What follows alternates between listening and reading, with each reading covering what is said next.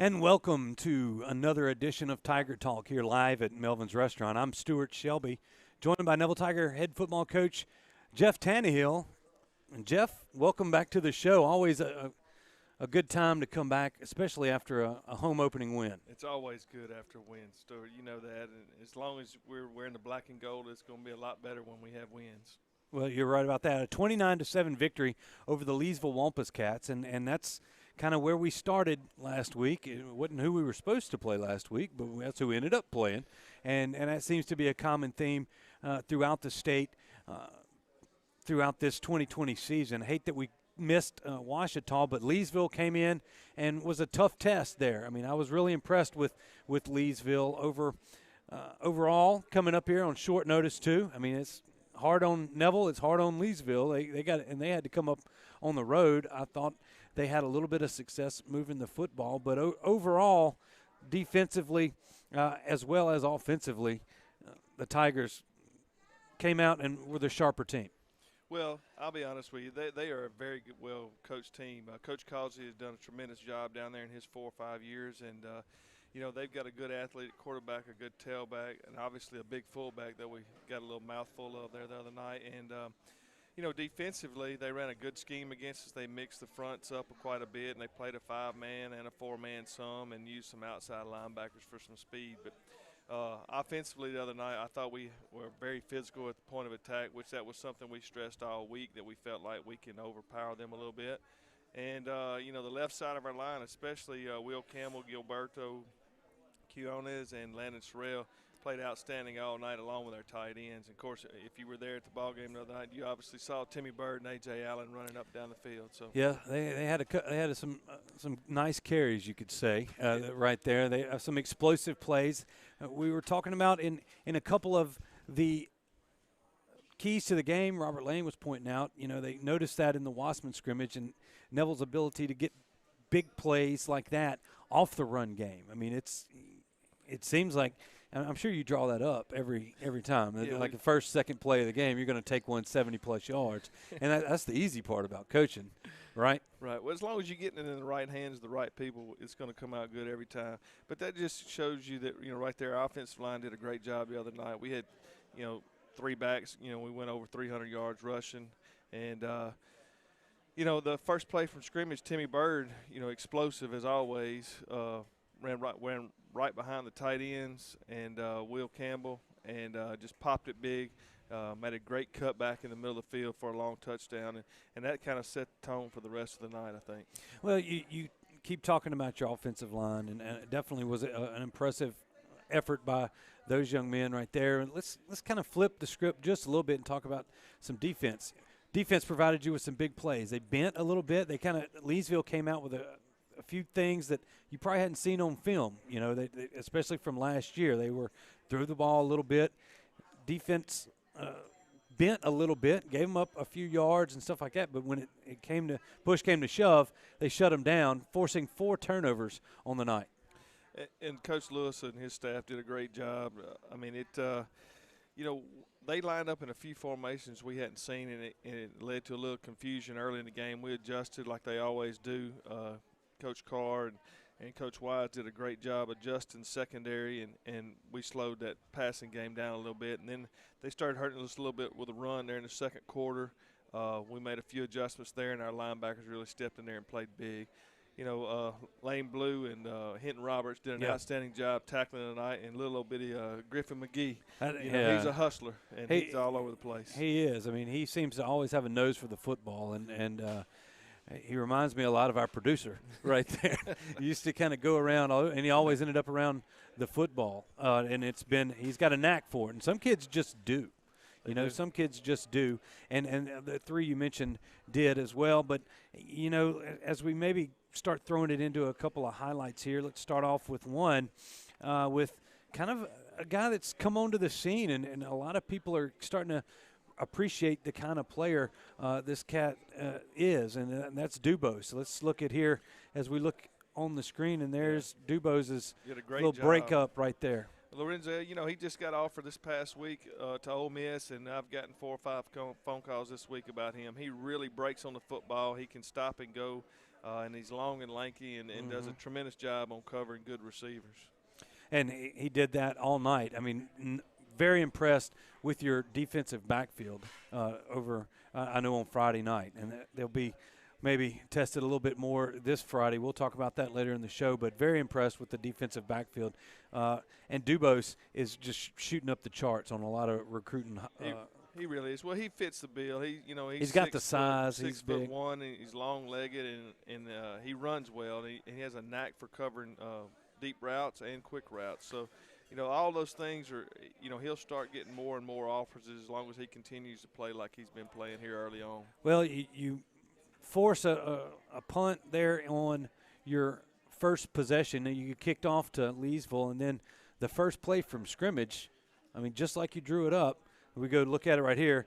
There's Timothy Bird, shot out of a cannon, 78 yards for a touchdown on the first play. The first time you guys got your hands on the football. Well, our tight ends got a good block on the outside dog. Obviously, Will Campbell and Gilberto blocked down on the defensive tackles. And Ben Crawford, who really made the play go here, was, we got a different front than we thought we were going to get. He made a great adjustment. He ended up blocking down on the guy, drove him all the way down the center, and that's what really popped Bird through there. Well, I mean, a huge hole for him to run through. You talked about Ben Crawford blocking downfield. Notice a lot of linemen seem to like to get downfield. Some of those linemen don't like to go too far downfield. It seems like you've got a couple of aggressive ones on there. Well, I'll tell you, Landon Sorrell, and Logan Smith, and Gilberto all run pretty well for offensive linemen, and that's why we pull them a lot. We can do a lot of different things in the past maybe we hadn't been able to do. But, when you run a gap scheme and you have two quick guards, and it just reminds me of back in the old days when I played with Coach Brown, we ran the wing tee. We pulled guards on everything that we did, and they do a tremendous job getting inside out on those defensive ends and inside out on those defensive tackles. And then when we break one, they're running down there behind the running back trying to get a downfield block. So they do a great job, and I've been very pleased with them. And we're going to have a big test this week. Yeah, you definitely will. And as we kind of a little offensive going back and forth, we had Dubose's pass break up, and then Timothy Bird goes 78 yards. And let's check in on, you mentioned him earlier in the show, Hinton Roberts. Big interception here on the quarterback there, and he steps right in front of one, as I believe that was another third down play that they were trying to put some trying to kind of come over on. But Hinton Roberts with a big pick to start the next drive for you guys. Well, that's just something that Coach Carr and Coach Lewis and Coach Wise do a great job of. It's third and short. We had their tendencies. Wide and Hinton out. He stepped in front of a guy running a stop route right there. And then, if it hadn't been for one of our guys, I think he'd have took it back to the house. So, and he's got great instincts on the football. Like you said, Waller, you can't really teach that. And he does a good job of that. And plus, he tackles well in space. So, he's a good football player. Solid linebacker right there. And that Roberts interception led to the next scoring play for the Tigers as the drive kind of stalled out around the 17 or the 10-yard line. And William Reed gets in on the action, kicking his first field goal of the year. Let's take a look at this. A little 27-yarder. Yep. Will, he had a great year last year, made all-district, all Northeast Louisiana, and, we expect a lot of points out of him this year. The drive stalled a little bit. We tried to get what we call it, a wild tiger in on the offense, and popped in A.J. at quarterback and left Timothy Bird at tailback. And, we got a little crossways. One of them missed a signal, and we should have had a lead blocker anyway. They tackled us for only a 2-yard gain instead of a 5-yard gain. But, those are things that we're working out every day in practice, the new stuff that we're putting in, trying to get those two guys on the field at the same time, and so that one of them they can't just key on one of them all the time. So, well, you're right there. So William Reed, been impressed with him throughout postseason. I saw him get better and better last year, more and more confident. And you tell him the way he kicks the football, a lot more confidence in that young man as a senior kicker this year. So, William kicks the field goal. You get the football back there, and then another big play from Timothy Bird. Your running back's in here. He goes right here. This one from 45 yards out. A nice little stiff arm there, and then he gets to the edge, and nobody is there that could catch him. Well, we call that it's a three bully play. It's an inside zone run play, and we ran it to the left side. And obviously Will Campbell did a tremendous job of just sealing off that defensive end. And Bird ran right down the wall just like he's supposed to. Didn't have to cut it back, and then he just outran the defense the rest of the way. Yeah, and he did a great job of doing that. And guys your running backs had some big holes to run through for a lot of runs on the night. A couple of between him and Allen, I believe they were over 250 yards rushing with a couple of touchdowns kind of filtered in there. So great job up front running the football, and it really allowed Battleford to open up. A lot of nice throws. Didn't have to throw the football right there, but that you know as well as anybody that an ability to run the football is going to help you throwing the football, or at least giving you opportunities from the quarterback position to either throw or run. Oh, yeah, by all means. Battleford the other night completed a few balls. We missed a couple balls I thought should have been touchdowns. But, those are things we worked on this week about, working a little more touch, working more zip when he needs to throw a little more zip. But, he's working hard. He's a lot on his plate right now. He's the leader of the offense. He's got to know what everybody does. And he's going to be great by the time the season's towards the end of the playoffs. And, well, the one thing that I'll say about him is there ain't nobody that's going to outwork him. He's a worker. So, and it was kind of a great story as his dad was the former quarterback at Leesville, and then he comes in and y'all are playing Leesville right there, a little family reunion of sorts as the Wampus Cats came to Bill Ripple Stadium. Yeah, I thought that was a pretty good deal. His dad Clint played at Leesville, was at ULM or Northeast back in those days, but to have your first start against your dad's alma mater is a pretty neat deal. It is, and he performed well.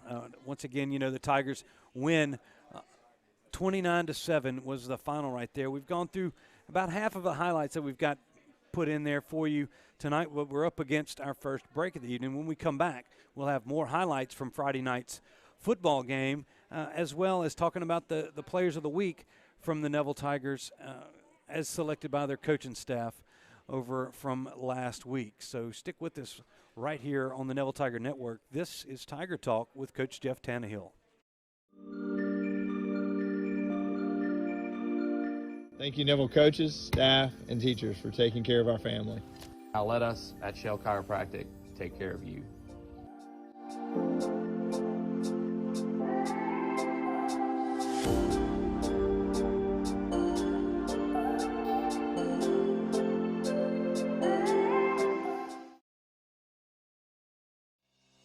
At Origin Bank, we know that customers have many choices when it comes to banking.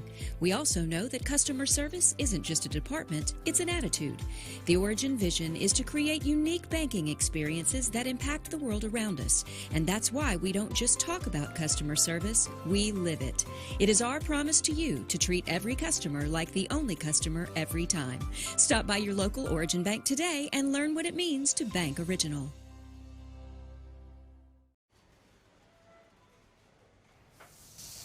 No.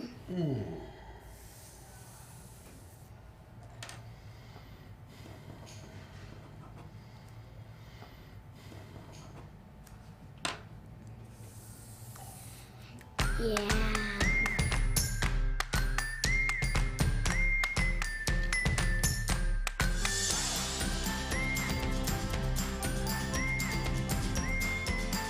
Whether you're dining in or grabbing to go, at Nukes, we love to share great food, to delight with new flavors, to celebrate every bite.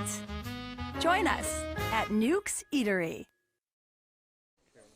And welcome back to Tiger Talk here live at Melvin's Restaurant. Stewart Shelby alongside Neville head football coach Jeff Tannehill, and we're going through the highlights from last Friday night's contest versus the Leesville Wampus Cats. That's a game the Tigers handily defeated the Wampus Cats 29-7. And as we get through some of these highlights, we just saw Timothy Bird's 45-yard run as we went to break. Let's talk about some defense. I think we had back-to-back sacks there to kind of stuff another Leesville drive and get the momentum back on your side. Well, Myram Elam got a good blitz off the end, right here. I believe this is Lane. No, that's Myron. Myron Elam. Yep. He beats his man, just flat out beats him. He uses a good rip move there to get to the quarterback, and we put some pressure on him and got to him pretty quick. The next clip is Lane Blue. Does a great job of reading the flea flicker, doesn't fall for any of the fakes, goes straight to the quarterback, sacks him on a big third down play there to help stop that drive. Well, he did. Do we have that video of Lane in there? Nope. Okay. Well, but yeah, you talk about a couple of big defensive plays to get everything kind of still just back on your side, and after Leesville had done a little bit of moving the football there, and then those 2 big sacks, it put them back in fourth and forever. They were a team already down 17, I believe, at that point, 17-0, and really going for it a little bit. Started to think about going for it on fourth down, and as they crossed midfield, so they were getting a little desperate there, and it was only the second quarter as we come through there. So with that, they get the football back. And then another big interception from Jalen Blackston. Jalen Blackston made a tremendous catch here. He goes and catches it behind the defender. We got great coverage on the receiver, and he goes in and, really makes an athletic move just to catch the football. But it was great coverage right there by Lorenzo Dubose also. And, we put a little pressure on the quarterback there, made him throw it a little bit sooner than he really wanted to. And just came away with – we made some plays when we had to make plays. And that's things that our defense has always done since Coach Lewis has been there, is make plays when we need to make plays. And I hope that continues the rest of the year. Definitely so. And we talked about Batterford, coming up against his dad's alma mater there in his first start, and then he gets in on the action to cap off the drive following that interception, gets down into the end zone, and then he shows off his legs right here from about 22 yards out. Well, we're using 28 and 4 a lot, Timothy and AJ quite a bit.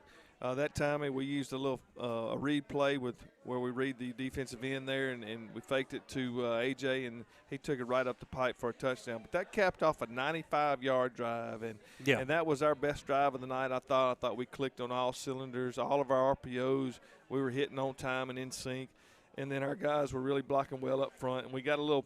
We moved the ball in a quicker pace, and I think we wore them out a little bit, and we were able to move the ball when we wanted to there on that 95-yard drive. But I was impressed with that.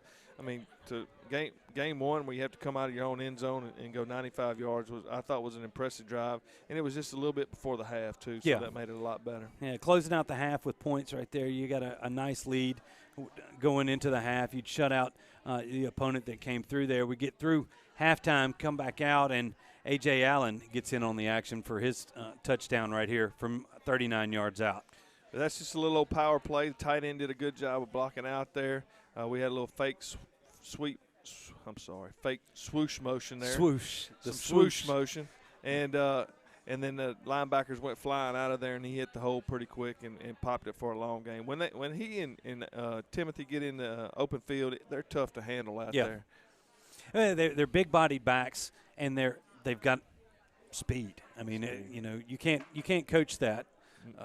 I tried. Speed. You cannot coach it. Yeah. I tried. I was not fast. You were not fast. No, we weren't. No matter how hard they coached us and wanted us to be fast, we were not. But those two young men and a couple of others out there on the field for you have that.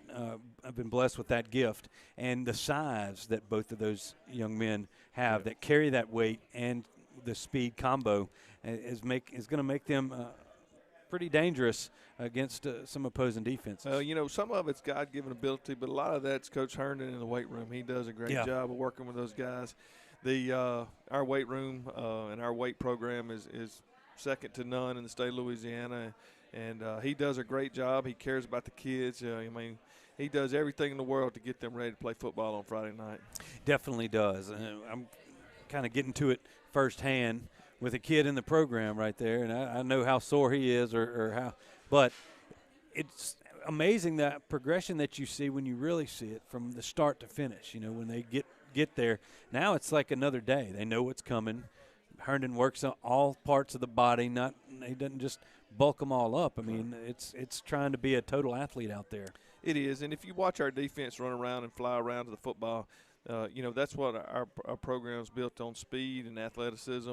And we have a lot of kids that have God-given ability, but honestly, the other ones that don't have it get it because of the work they put in the weight room and how he trains them.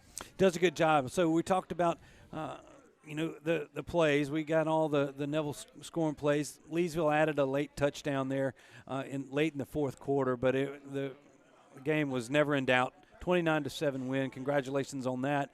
Let's talk about some of the players that stood out to you guys and the coaches on film when you got to look at everything on Saturday and Sunday. Well, by all means, Timothy Bird was our player of the week on offense. He had 4 carries. And I know it seemed like he had more, but he only had 4 carries, had 158 yards and 2 touchdowns, and they were explosive touchdowns. That's almost 40 yards. You need to tell him to work on that. 40 yards a carry. We will try this week. Trajan Hannon was our special teams player of the week. He plays on, I think, every special team. So he had great effort, handled his job on all of those, graded out pretty high or higher than anybody else on all the special teams. And he was our special teams player of the week. He's a linebacker, plays quite a bit. We have a lot of packages where he's in. So he's a special teams guy right now that really, just takes care of his business on that. And a free safety, he's 11th grader, Mariam Elam. Very smart kid, runs the secondary for us. He had 7 or 8 tackles and had 2 broken up passes and played extremely well the other night in the run game, tackled in space, and he was our defensive player of the week. But we had a lot of standout guys. Will was our offensive line. Our skill guys were AJ. Myra Elam was the defensive lineman. I believe McGee was our defensive back. Our defensive back player of the week. So, we had a lot of good effort out of a lot of people, and don't want to leave Will Reed out of this. He's always we call him the Iceman for a reason, and he's always going to show up and do a good job on Friday nights. He definitely did. This past Friday night. So we get through the whole week. We get into that first win. Haven't even asked you. How did it feel to get your first win as Neville head football coach? With all the changes and those things going on, it seems like every day we get something new. And but without my staff, I'll be honest with you, man, I'd be lost as a goose right now. I have concentrated so much on handling the administrative part of this that I have not been able to really delve into what I call coaching football like I want to, and I really gotten to do that this week thanks to some of my, Alan Wise, our football operations guy, Will Anders, our media guy. They really helped spread some of that stuff out that I have to deal with as a head coach administrator. But, I can't say enough about Taylor Birch, Jeff Gregory, Benji Lewis, and our staff. They handle things. I mean, just like if I'm not there, we're not going to miss a beat. So they do a tremendous job of doing that, and that's what happens when you hire good people. Your program continues to run. And they take a lot of stuff off my shoulders and off my plate. So I appreciate them and the things they're doing for our football program. Well, you talk about that. It was, and I know it was nice for you. And we went up in the field house after packing up everything and everything else. And your family had come in. You had some people that come in from all around to kind of witness that first game and watch you get that first win. And they were excited. I know you were. I looked at you, and you looked like you had maybe tried to take a quick breath there. Well, I did. It was nice. My brother-in-law was in town. My parents were all there. And, and all the other families of the coaches are always up there on Friday nights. Yeah. And so, that's always a good time to kind of wind down and just kind of look over what's happened and just, feel thankful for what you have had and what you've got right there. And, it was fun. And, I enjoyed it. Sometimes I look like I didn't really enjoy it, but I was enjoying it a lot. I like that feeling every Friday night. So you just do it. Repeat this Friday night. We've got a tough one coming up versus Ruston that we will talk about. After a couple of on that final segment. That's generally when we do all this stuff. We'll talk about Ruston and the things that are going on with that football game. Here later on in the broadcast. But coming up next on our little spotlight part. This time we've moved into the cheerleading realm. I believe Caroline Clary is going to join us here and talk about what's going on in the cheerleading world. I mean, it's kind of a funny deal, not only for football, but for the pep squads and the support squads that are out there. And these cheerleaders aren't just there to clap and cheer. These girls do some work now. It's a competition cheer type of thing. They do a tremendous amount of work. Sherry Stephen does a great job with these young ladies, and a lot of those girls I know through softball, and they work extremely hard all year, just like the football team does. And without their support and without them cheering on Friday nights, it wouldn't be Neville football. Yeah, you're definitely right. Definitely right. So we'll be talking with Caroline when we come back. A couple of other things as well. Don't forget the last segment. We'll be discussing the Ruston football game this Friday night. Don't forget you can tune in to this every Wednesday night. We're live here at Melvin's Restaurant, 6:30 to 7:30 every night. You can catch us on our website, NevilleTigerNetwork.com. Also, our Facebook page. We're on our YouTube Live. We have Amazon and Fire TV apps. We have Roku apps that we have our own channels on. So there's a lot of ways to catch Neville Tiger football and all things that are involved with the Neville Tiger Network. We're going to have a lot of cool features coming to you over the next few weeks here in football season and continue those features throughout the rest of the school year. So stay tuned for some great content. We've got a lot of things in the works for you. I promise we won't let you down. So for Coach Tannehill, we're going to take a quick break. We're going to replace him with Miss Clary for our next deal when we come back. Folks, this is Tiger Talk. We're live at Melvin's, and this is the Neville Tiger Network. This is not a dramatization or a paid testimonial. I'm Christian Creed, and let me tell you, car wrecks can wreck lives. As a former insurance adjuster and as a licensed accident investigator, I've handled hundreds of accident claims. If you or a loved one have been involved in a car accident, no matter how big or small, let me put my experience to work for you. Call Creed and Creed. We're serious attorneys for serious injuries. We have inventory at Sparks Nissan Kia in Monroe, including huge lineups of popular new Nissan and Kia models, plus more pre-owned options from the best trade-ins. This means we can offer you more choices and competitive pricing. So let's make a deal. Shop the largest selection of cars, trucks, and SUVs, more than any other dealer in Northeast Louisiana, and put a spark in your drive today. Shop in person or online now at drivesparks.com. Tommy Hayes is running for district judge to restore confidence in our courts, keep our communities safe, be accountable to the public, and ensure fair and equal justice for all citizens. Tommy Hayes, the right vision for our courts, the right experience, the right choice as our next district judge. All right, welcome back, everybody. This is Tiger Talk right here on the Neville Tiger Network. Stewart Shelby, now joined by Caroline Clary, a varsity cheerleader, I believe, right yes, there at Neville High. And so welcome to Tiger Talk. Hi. Yeah, don't worry about that. Everybody, we can stay right here, and you don't have to worry about watching yourself on TV. Okay. You know, Yep. It takes me. I'd still do it too. So don't worry about it. So, all right, tell me about this. You're varsity cheerleader. You're coming through. You're ready for your senior year at Neville, and I don't want to be a Debbie Downer here all early, but last March nobody really knew what was going on. I know y'all had camps coming up and everything else. Tell me kind of how y'all managed over the summer with cheer. Well, we had our tryouts in February, and we were super excited. Then March came around, and we had everyone left. Mm-hmm. And the summer is like our big prep time for our camp in Gulf Shores. We always go to Beach Club, and we practice a ton over the summer, but we couldn't.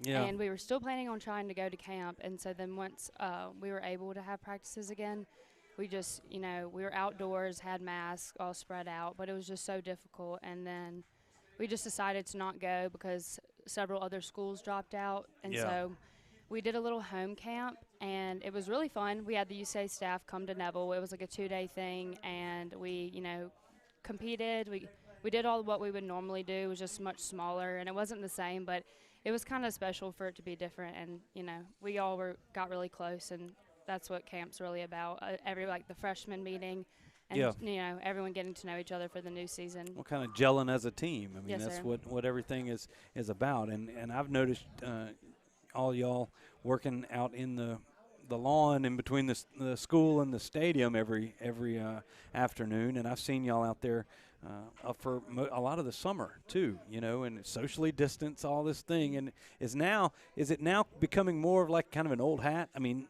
you've gotten used to the social distancing aspect of your practices and everything else? Yes, sir. It definitely has been. Like, at first it was weird putting masks on to stunt and everything, but we've gotten used to it, and like just being outside and being open. And I mean, we've gotten maybe a little sunburnt, but that's about it. That's about it.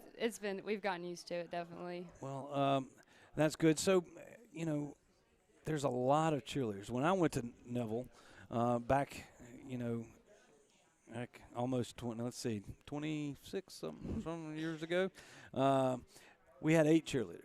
That was up from 6. That was when my mom. Now you look out there and the whole track's full of cheerleaders, and everybody is flipping and jumping and doing else. And I'm assuming that the pyramids and all the stunts and a lot of that stuff maybe you can't do or you can do in some ways. Tell me about what you can and can't do out there on the field. Well, pyramids and stuff weren't allowed at first, but I think the other phases now we are able to do it. We just have to have masks on to do a lot of our stunts since we're a lot closer. But we've gotten used to it, and we've started to incorporate more like harder things now that we have like regular practices every day after school. Yeah. We've been working on some pyramids lately, and it's just getting used to the new people on the team, the new talent, and we normally are comfortable with that by the end of the summer, and we're really prepared for the football season, and we're prepared to give like the best we can on Friday nights. But so it's just we've been kind of having to practice longer and harder just to take up for lost time.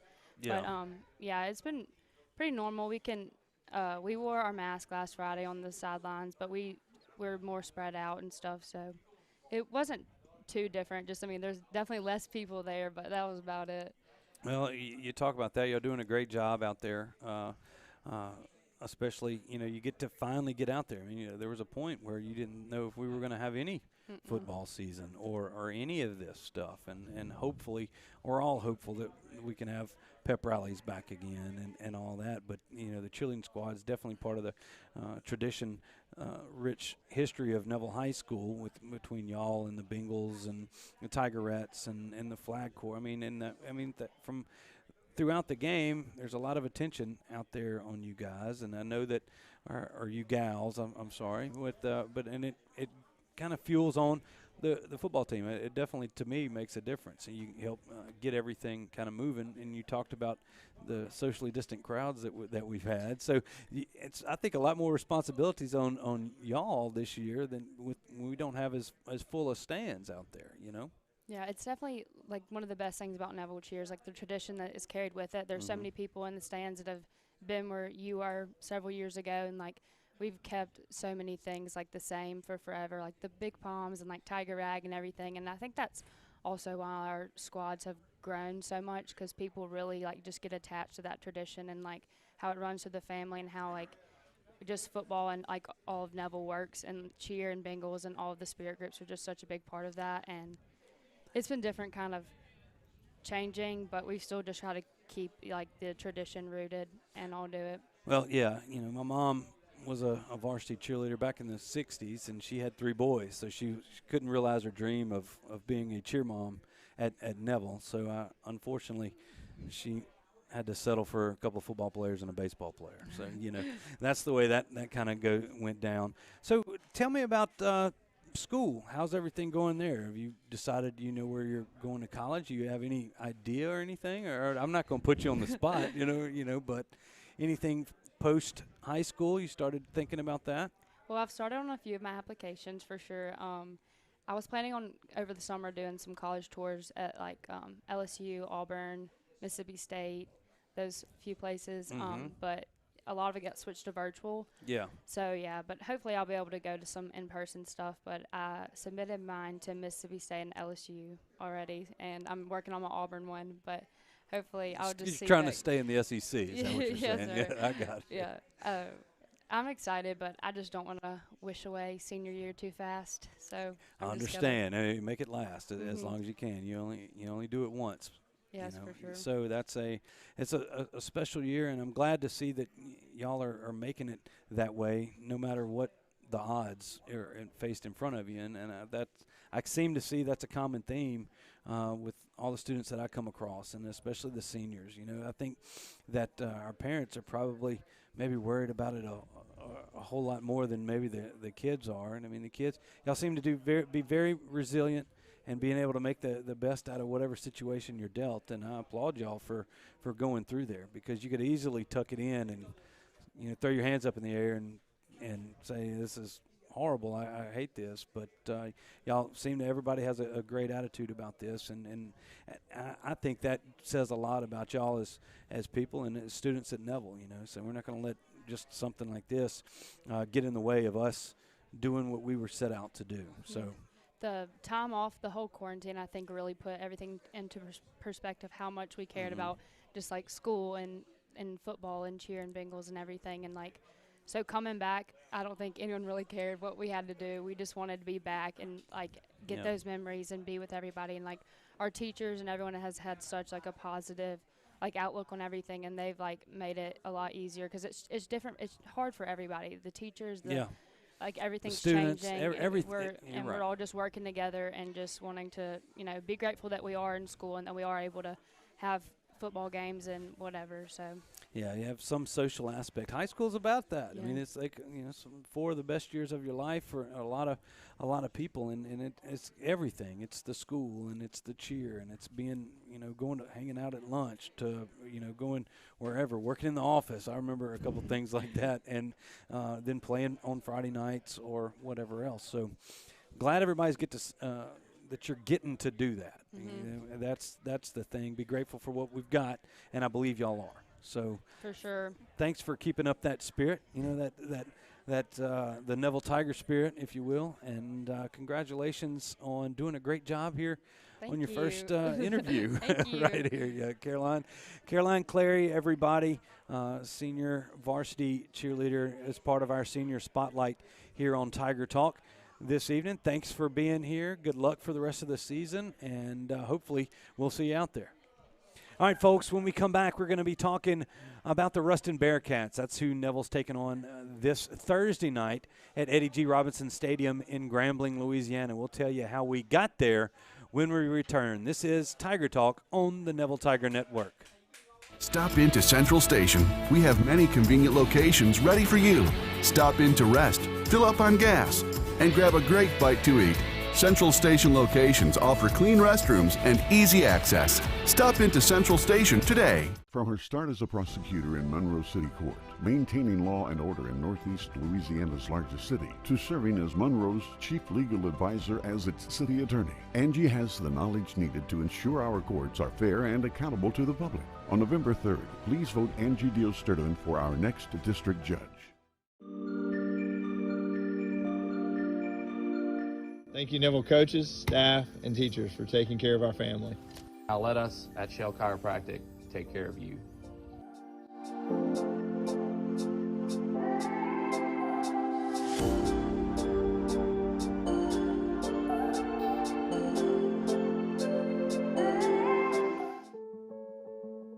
I'm Christian Creed. Catherine and I have been your local injury attorneys for more than 20 years. At Creed & Creed, we don't use gimmicks. We value our community and the clients we serve.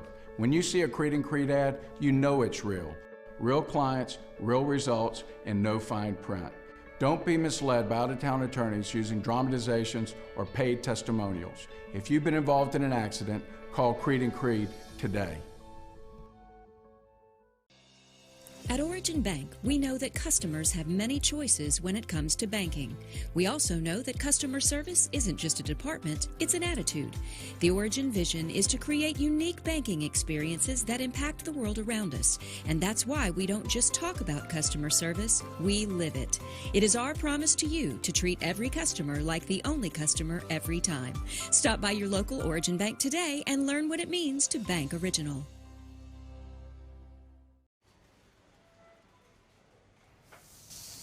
No.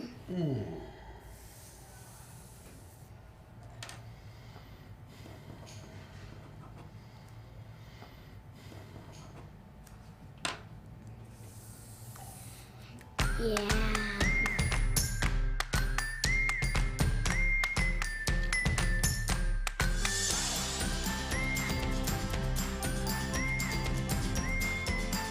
Whether you're dining in or grabbing to go, at Nukes, we love to share great food, to delight with new flavors, to celebrate every bite. Join us at Nukes Eatery. At Caples and Robinson Orthodontics, making beautiful smiles is our passion. Our doctors are Northeast Louisiana's trusted board-certified orthodontists, and they love helping our patients create the smile they've always wanted.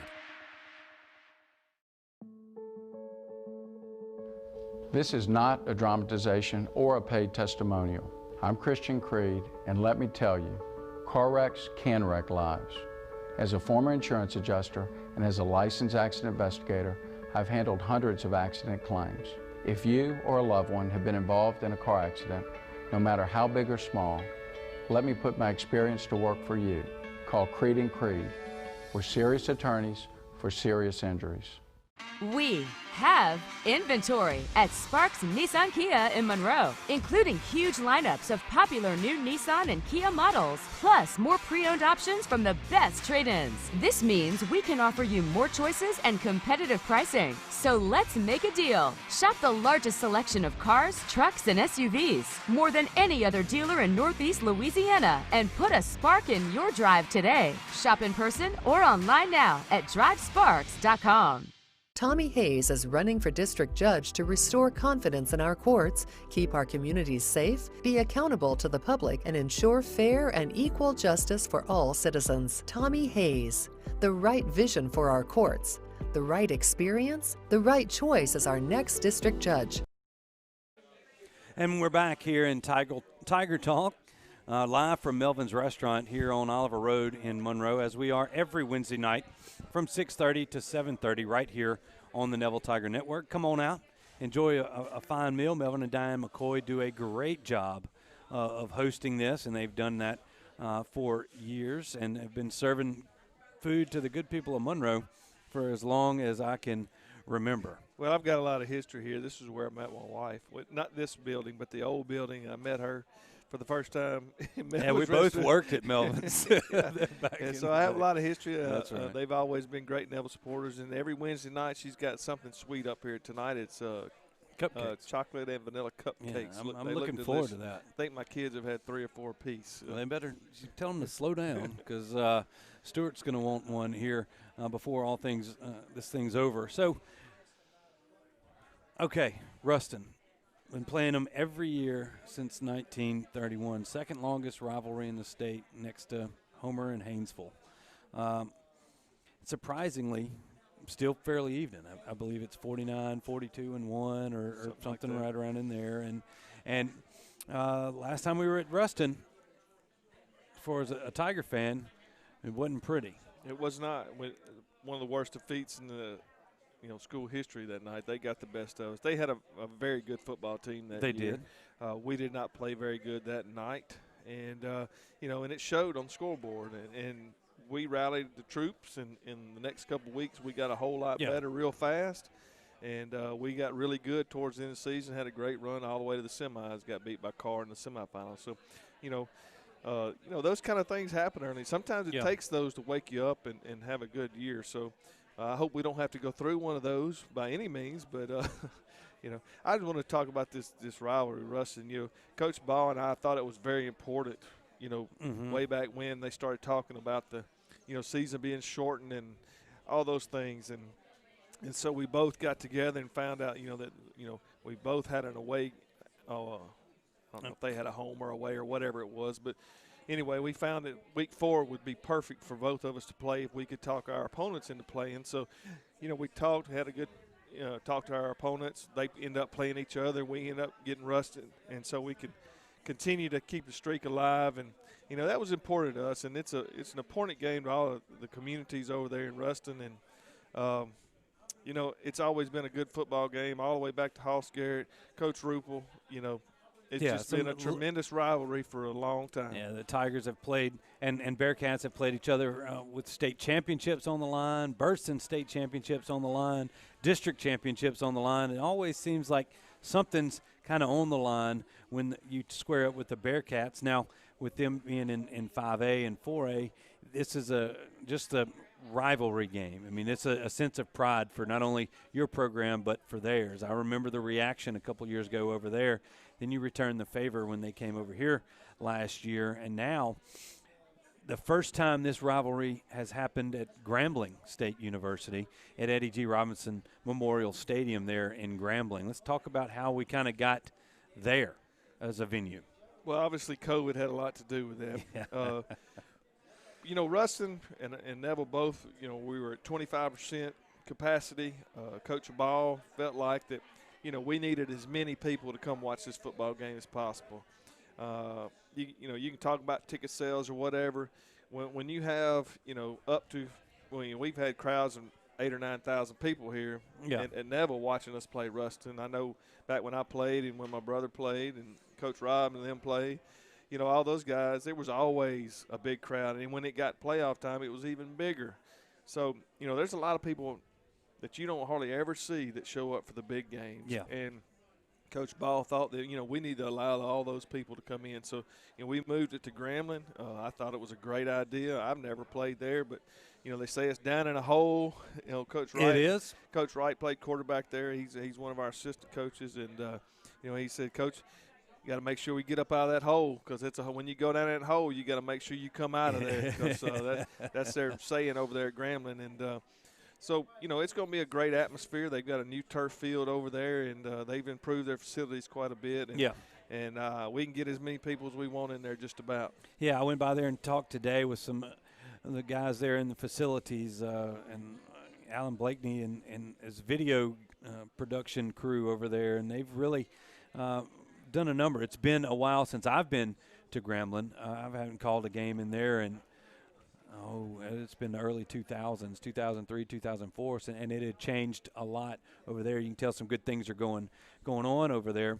But playing on a neutral site, playing the Ruston Bearcats, and the Ruston Bearcats hung 48, 49 points on the airline in week 1 last week, and then you go, okay, ears perk up. It's great that we're playing them, and it's great that we're having a bigger venue, but let's get down to the brass tacks and talk about what they do on the football field. Well, they're obviously a physical football team. Coach Ball is going to run the ball, rain, sleet, or snow, and they're going to run it downhill out of the I formation with, Hargrove is this top running back, in the state of Louisiana, I believe, and he's a tremendous athlete.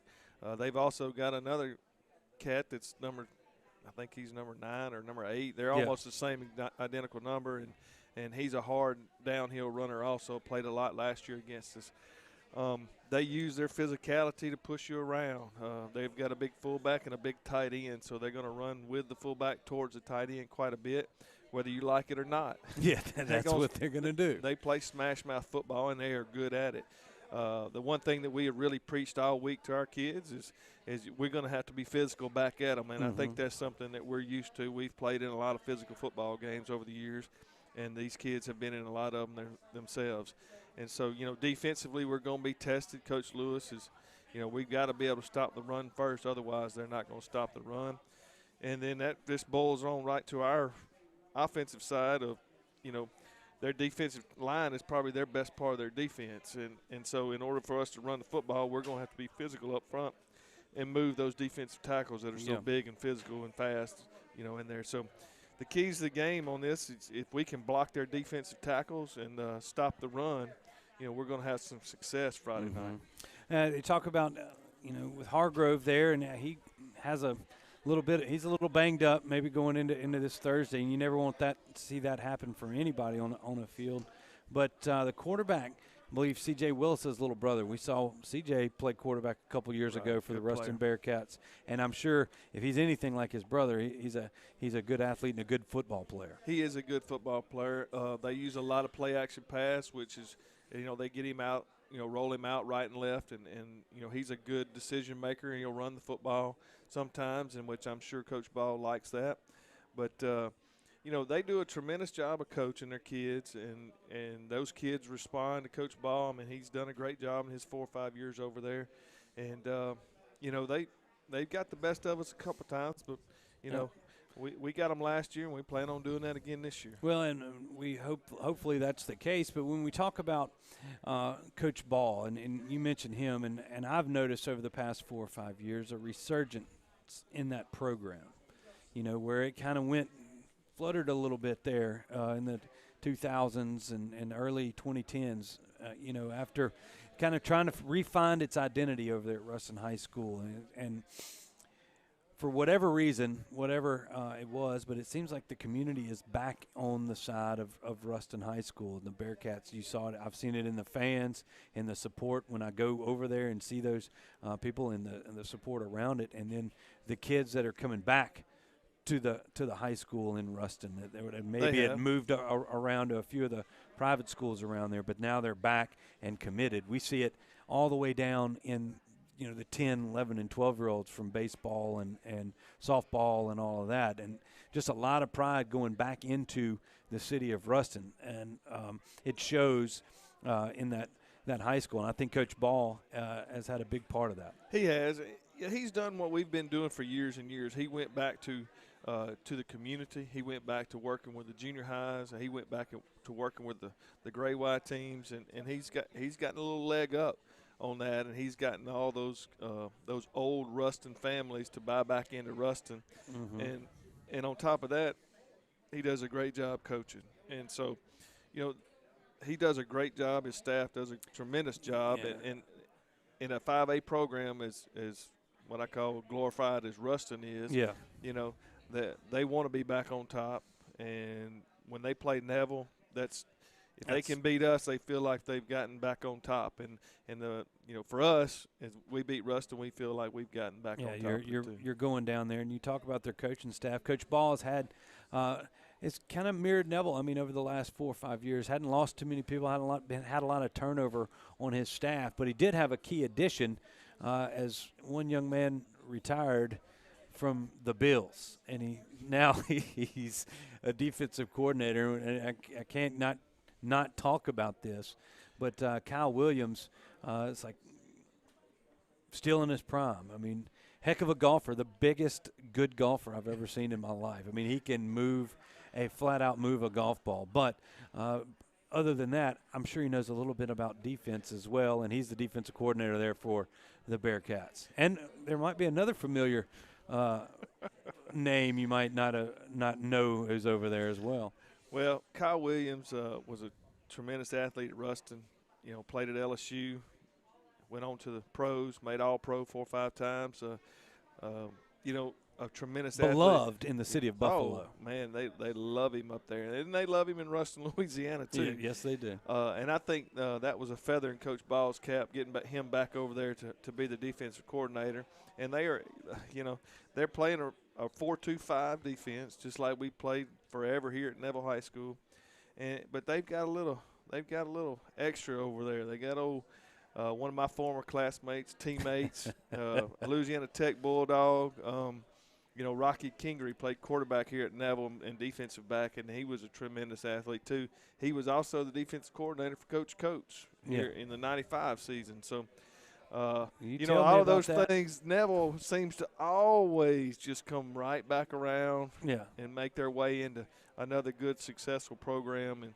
And I know he's a good football coach, a friend of mine, and, Kyle Williams and he are going to work well together, and that's just going to make Coach Ball's staff even better. It definitely is, and when the athletes coming back to Ruston, it's going to be a tough task this Friday night. Folks, It's going to be at Grambling University, Eddie G. Robinson Stadium there, and that we're going to have.